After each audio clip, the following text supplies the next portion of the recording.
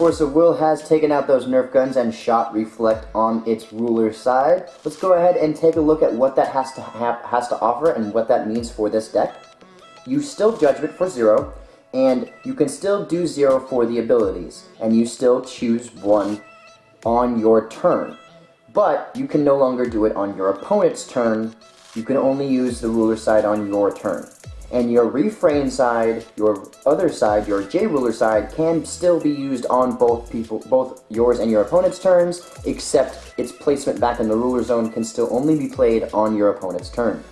So, you still have the same abilities of pay 0 and choose 1. Play this ability only once now on your turn. Target Resonator gets plus 200 until end of turn, put a magic counter on this card. Or, draw a card. Put a card from your hand on the bottom of your main deck. Put a magic counter on this card. Or, recover target Resonator at the end of the turn. Put a magic counter on this card. Still insanely still insanely good. Still a great ruler, still does a lot of things.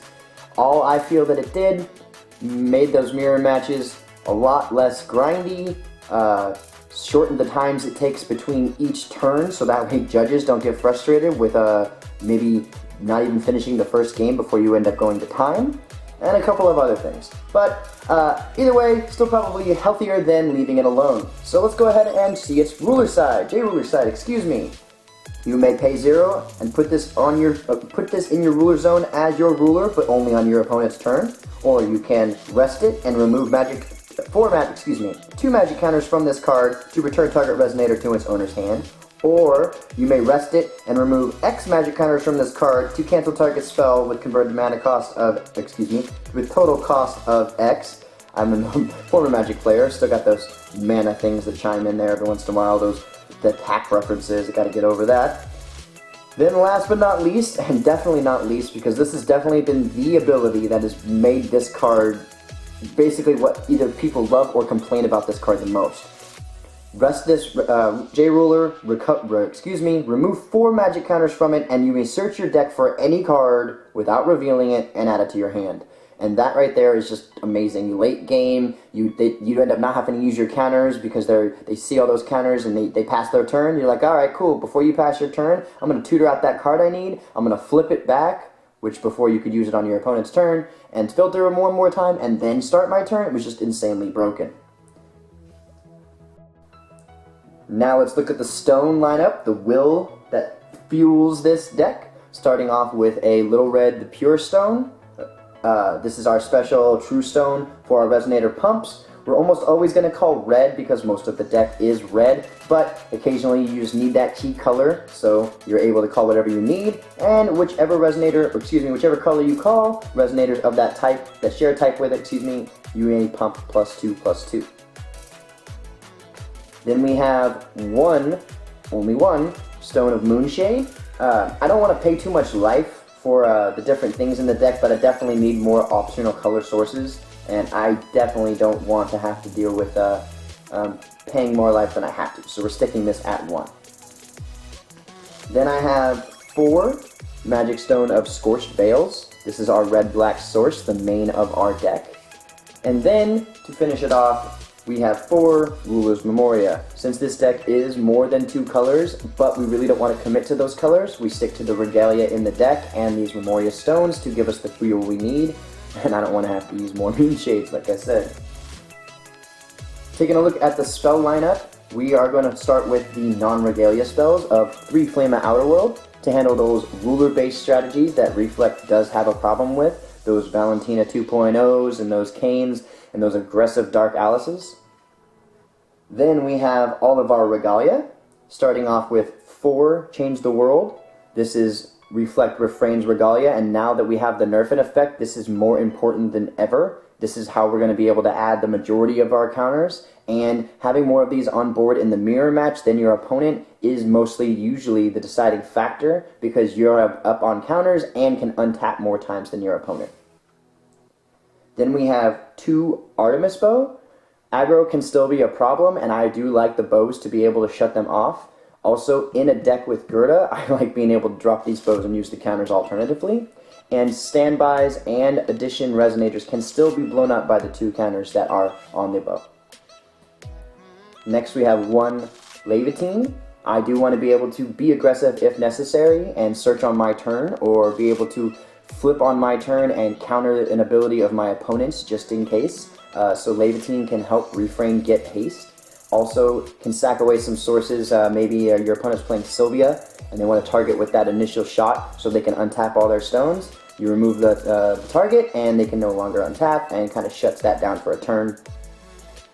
Then we have Scythe, the other thing that can shut it down, because if they can't have swiftness, they can't attack you after they can't shoot. And we need more Regalia to be able to balance out that Ruler's Memoria Stone. And it's also definitely not bad to have a Scythe, because this is always can come back to your hand. You can always remove 3 cards in your grave and put it back in your hand. So worst case scenario, they blow up your Regalia, or they Hera something, you can still bring this back and play all of your Ruler's Memorias. Now let's get to the thick of the deck, our Resonators. We start off with 4 Rook Egg. This is an obvious choice for any Incarnation deck, because most Incarnation does have some kind of red in the Incarnation cost, and this can search out other red targets. It can search out basically anything in this deck but Laevateinn and Yogg, and Rasputin. So just our solo black sources, and other than that, this can just grab anything. Also can be just a nice chump blocker if necessary. Then we have 4 Rasputin. This is our only black fodder in the deck, so it is very important that we pay the 200 life, which is why I did not want the Moonshade Stones more than I had to. I'm already paying a lot of life trying to put these back in my hand, because the 2 Incarnation sources that I use the most, that I feel I use the most, require at least 1 black. So I want to make sure I have at least 1 black. So I got these at a 4, and I want to keep at least 1 of these in my hand.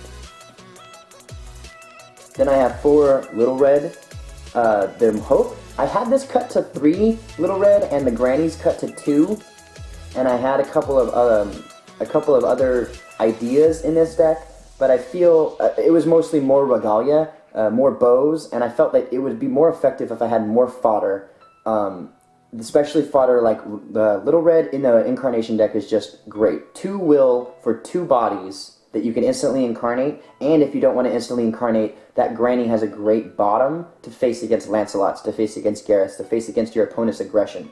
So she can just be a game changer in herself, and she can be great fodder. Next we have 3 Grannies, which is of course searched off of those Little Red, and she has sitting here with that 1200 bottom. Then we have 4 Jealous Hera, 4 Hera, Goddess of Jealousy. This is in the mirror match just vital. You definitely want to make sure your opponent's Regalia is gone, especially those orbs. Also can definitely shut down some effective strategies that rely on Regalia, say a deep blue based deck that has to use it for filtering, or even just to sway the game in your filter, because if they can sacrifice that Regalia before it enters the battlefield, or get rid of the target, you do not get to draw your card, so she can be semi-set back. But if you can play this advantageously, this can be the difference in the mirror match. Now we have 3 Hoster. I really like this guy because you get to just cheat him in. I mean, there are 4 Hosters that do destroy other things, Carmilla, Dark Faria, but those are all 4 hard casting cost. This you may cast for 4, or you can sacrifice 2 red or black. So Granny and Wolf Girl, Granny and Little Red right off the bat can just be sacrificed right into Hoster. And assuming your opponent doesn't have some way to remove the target or all targets on board, Hoster will not destroy himself. So he can be very effective right now, considering most editions, I think maybe 1 or 2 are seen a lot. Ame no Habakiri, so avoid that situation if you can, but Hoster effective in very, very good situations, especially against Alice's World. Next I have 2 Nyarlathotep. This was another thing that I had at a higher cost. I had 3 originally, but with the low count of Darkness Resonators and the fact that a lot of people are playing hyper aggressive right now, they're not holding a lot in their hand. So if I cannot cast this early game, he's basically just going to be a big body. But Nyarlathotep has been so super beneficial in this deck. Just being able to pull out that game-changing card at the right moment and get a body on board is just amazing.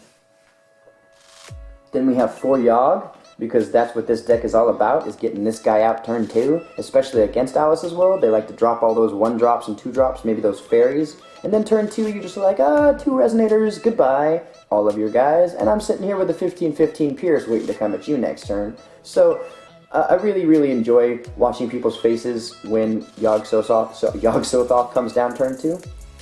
So yeah, just try it out, it's fun. And last but not least, one Susan, because Sylvia decks are abundant. And against Gwibber, I like to be able to just whip him out, pump him, shoot things. And again, Susan has always been a fan of mine since way back in the CocoKane Studios days. Single Susan in most decks has not changed since Millennium of Ages, excuse me, because of its just versatility. For an uncommon, this is an amazing card. It has multiple abilities that you can stack in your own crazy way, the correct way or the wrong way, but they have multiple abilities which can be tricky, and it has the ability to take another addition and add it to it. It has Pierce, it has Swiftness, it has a way to come in for cheaper. It's just all around a great card for an uncommon, and I feel it is necessary, at least as a one-of, in almost every deck, especially right now. That's gonna do it for my post-nerf Reflect Refrain deck profile for Incarnation Turbo Yog. Hoping to come to a store near you as soon as it can. Thanks to all this nerfing going around, and all those Nerf guns flying about, we've got a lot of decks that are going to come into play. And I know I emphasize those words, a lot, but I really feel that even though the nerf didn't do a whole lot to the ruler, it will open the door for other decks, and we will have a lot more color and taste in these metas. And also, before I go, I wanted to have a quick shout out to DMO73, aka Jeremy Franklin, for this super sweet Ruler School playmat that I got for when I donated to his Kickstarter. Thank you, Jeremy, for all of your support. I'm CocoKane from Tavern TCG, signing out.